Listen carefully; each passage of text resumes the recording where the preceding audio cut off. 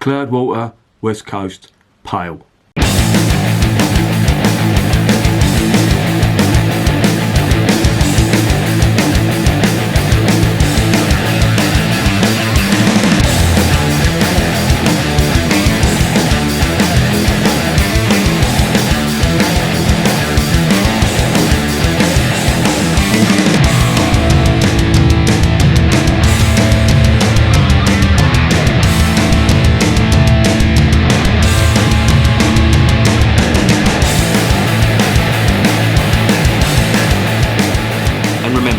Life is too short to be drinking shitty beer. Welcome to another edition of Bands, Bikes and Booze Reviews. I've been meaning to try some of the Cloudwater stuff, or not try it, but review it. And I've finally got round to it.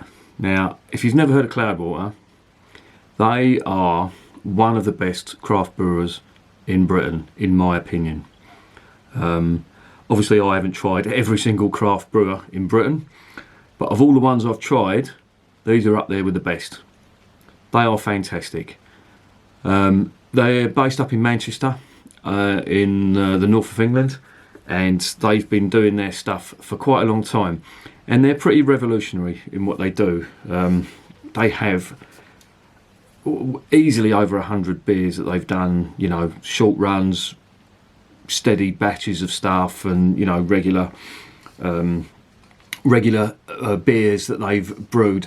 And I must admit that every single one I've tried, and I've tried a few of them, have been out of this world, real standout stuff. And I've tried the stuff on draft, and I've tried it in the cans, and it is just phenomenal. It really is. It's the only way I can describe it. And this is their West Coast Pale, which is their take on an American Pale Ale. And I will say, if you're ever thinking of trying the Cloudwater stuff, it is not cheap. Alright? I've got a couple of other Cloudwater beers downstairs. There's an Imperial Stout, and that was nearly £9 for a full 40ml can. Now, I spoke to a few people in work about that, and they just thought I was off my head buying one can of beer for £8, for nearly £9. It was £8, £8.80 or something like that. I can't remember. I got it online. And that was direct from Cloudwater. But I think they're worth it. I think their beers are that good that I don't mind. And this is always my mantra. I do not mind paying for good beer. So if I go to a pub and they're selling Foster's for nearly £5 a pint, which you can see in London in some places, they can fuck off. I am not paying it. I would rather drink water, tap water, than drink that shit for a £5.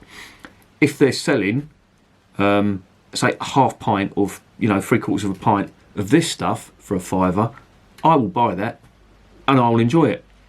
And that's just me. That's just a personal thing. A lot of people won't do that. They'll just go for the Foster's just for the sake of drinking it. But to be honest, I am fed up drinking shitty beer. And, you know, I keep saying it, and I say it on my videos, that life is too short to be drinking shitty beer. And it really is. And I'm so glad that, you know, people, like-minded people, have put their money where their mouth is and come up with great beers like this. But anyway, I'm going off on a tangent here. Let's get this open and let's get it tasted. All right. So as I say, it's a pale ale. I'll read out the description in a minute. And immediately, that smells super zesty, super hoppy, and really good.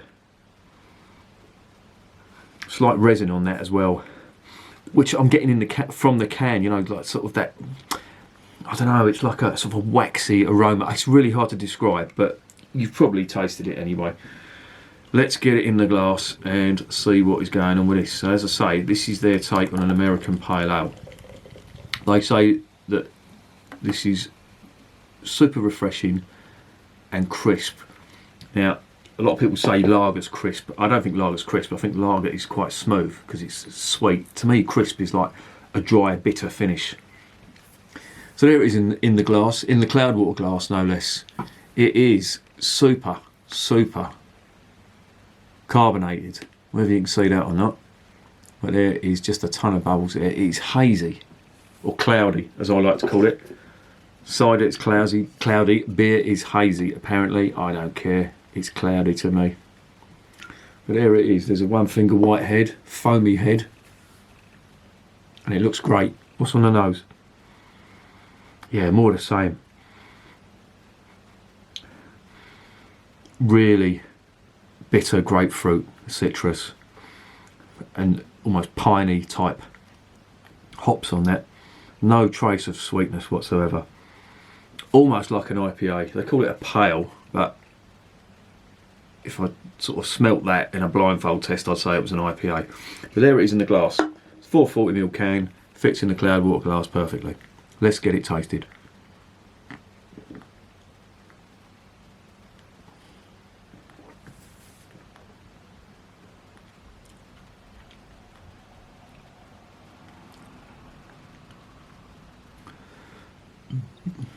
Yeah, and that, and it's really good.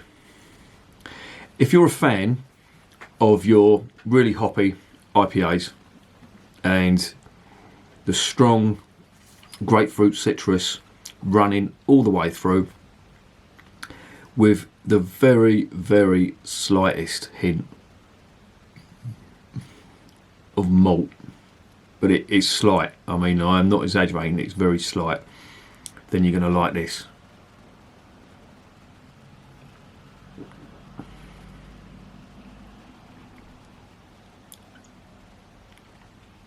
It's really good. I'd love to see what the IBUs on this are, because it is quite bitter. Carbonation seems to have calmed down a bit now, and the head has dissipated quite a lot. I'll just read you out some of the bump from the back. Unfortunately, it doesn't give the hop content on here.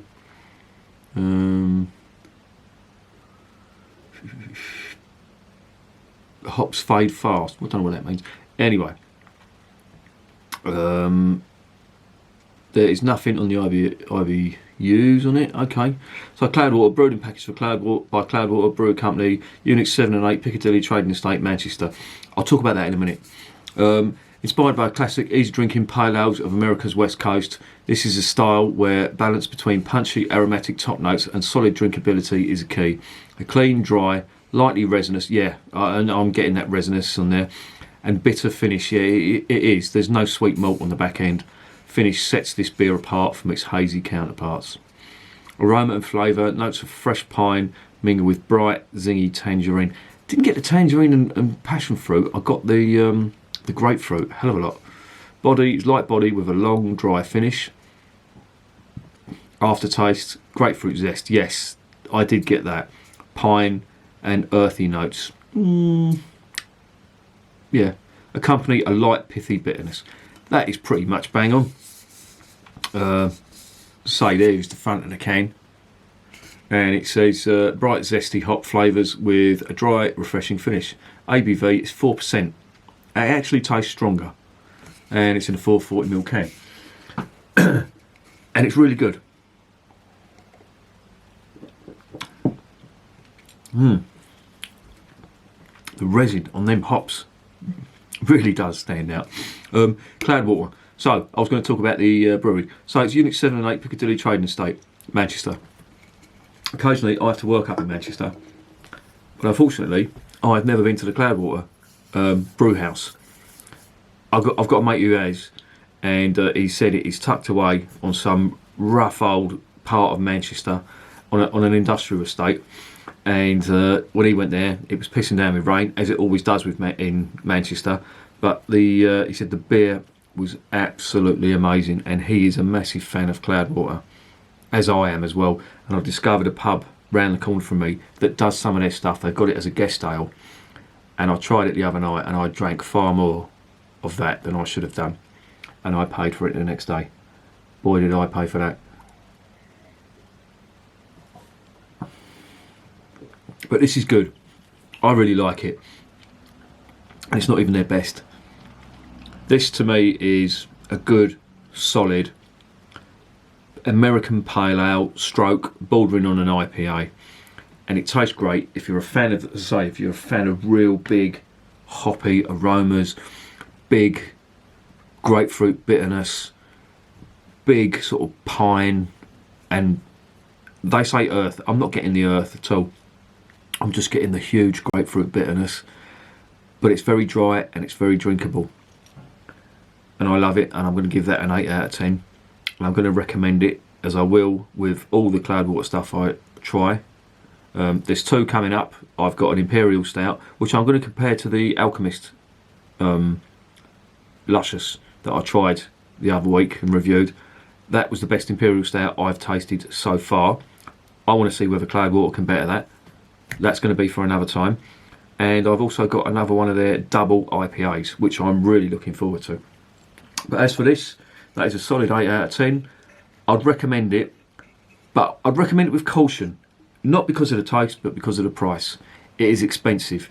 Now, if you're prepared to pay over £4 for 440ml for an IPA, or a pale ale as that is, then go for it. If you're wary or you're on a budget, I'd say try it once just to say you've tried it when you're a bit flush. It's not one of them ones you can buy a load of and just neck. It's got to be savoured, especially at that price. But there you go. And remember, beer is working class champagne.